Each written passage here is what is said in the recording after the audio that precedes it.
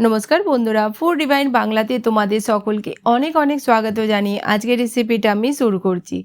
আজকে আমি তোমাদের সাথে খুবই অল্প সময়ে তৈরি হয়ে যায় এমন একটা রেসিপি শেয়ার করব, যেটা তোমরা ভাত, রুটি, পরোটা যার সঙ্গে খাবে তোমাদের খুবই ভালো লাগবে। তো আজকের রেসিপির জন্য এখানে আমি নিয়েছি 300 গ্রাম ফুলকপি। কপিকে এইভাবে আমি ছোট টুকরো করে কেটে নিয়েছি, আর একটা বড় সাইজের আলুকে এইভাবে আমরা ছোট টুকরো করে কেটে নেব। তো চলো শুরু করা যাক রেসিপি। আর লাগবে আমাদের দুটো ডিম। ডিম তোমরা চাইলে এখানে বেশিও নিতে পারো। প্রথমে কড়াইতে নিয়ে নেব 1/4 কাপ তেল। তেল গরম হয়ে গেলে দিয়ে দিলাম এখানে 1 চামচ গোটা জিরে। দেব এখানে দুটো মিডিয়াম সাইজের পেঁয়াজকে পাতলা স্লাইস করে কেটে, আর 5-6টা দিয়ে দিলাম এখানে কাঁচা লঙ্কা বীজখান থেকে চিরা লাগিয়ে। পেঁয়াজকে অনেক বেশি ভাজবো না, শুধুমাত্র মিডিয়াম ফ্লেমে 2 মিনিটের জন্য প্রথমে ভেজে নেব।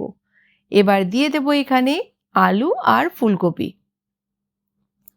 প্রথমে একবার মিক্স করে নেব আমরা।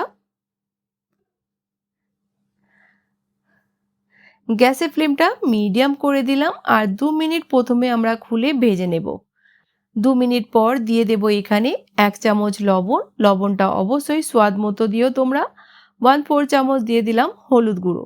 একবার মিক্স করব, আর গ্যাসের ফ্লেমটা লো করে দিয়ে ঢাকা দিয়ে দেব আমরা 4-5 মিনিটের জন্যে, যতক্ষণ না আলু, ফুলকপি, পেঁয়াজের কালার চেঞ্জ হয়ে যাচ্ছে। বীজখানে খুলে তোমরা 2 থেকে 3 বার চেকও করে নিও, যাতে আলু ফুলকপিটা জ্বলে না যায়। 5 মিনিট পর আলু ফুলকপি আমাদের ভালোভাবে ভাজা হয়ে গেছে, আর দেখো সিদ্ধও হয়ে গেছে। ফুলকপি আলুকে আমরা অনেক ছোট টুকরো করে কেটেছিলাম, তো ভাজতে এটা বেশি টাইম লাগে না। অল্প একটু দেখো আলু ফুলকপিকে সাইড করে নিলাম, আর দিয়ে দেব এখানে ডিম। 2 পিঞ্চ দিয়ে দেব এখানে লবণ, আর ডিম দুটোকে আমরা এইভাবে একটু নেড়ে চেড়ে ভেজে নেব 2 মিনিটের জন্যে। বন্ধুরা, আমার চ্যানেলে যদি তোমরা নতুন হয়ে থাকো তো প্লিজ সাবস্ক্রাইব করে নিয়ে আমার পাশে থেকো, আর রেসিপিটা ভালো লাগলে বেশি বেশি করে বন্ধুদের সাথেও শেয়ার করো। 2 মিনিট আমরা প্রথমে ডিমগুলোকে এইগুলো ভেজে নিলাম। দেখো, যখন আমাদের ডিমের ভুর্জি তৈরি হয়ে যাবে তখন আমরা আলু ফুলকপির সঙ্গে মিক্স করে নেব। 10 মিনিটও লাগে না এই রেসিপিটা তৈরি করতে, আর ডাল ভাতের সঙ্গে বা রুটি পরোটার সঙ্গে খেতে কিন্তু খুবই টেস্টি লাগে।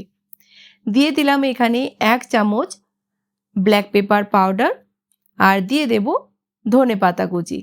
বাস মিক্স করে গ্যাসের ফ্লেমটা বন্ধ করে দেব।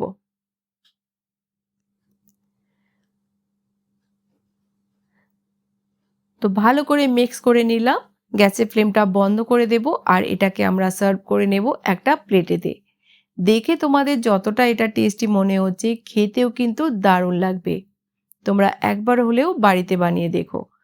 তো বন্ধুরা, রেসিপিটা কেমন লাগলো বানানোর পর অবশ্যই বলো। ভালো লাগলে চ্যানেলটিকে সাবস্ক্রাইব করে নিয়ে আমার পাশে থেকো। তো নতুন কোনো রেসিপির সঙ্গে আবার দেখা হবে, ততক্ষণ ভালো থেকো, সুস্থ থেকো।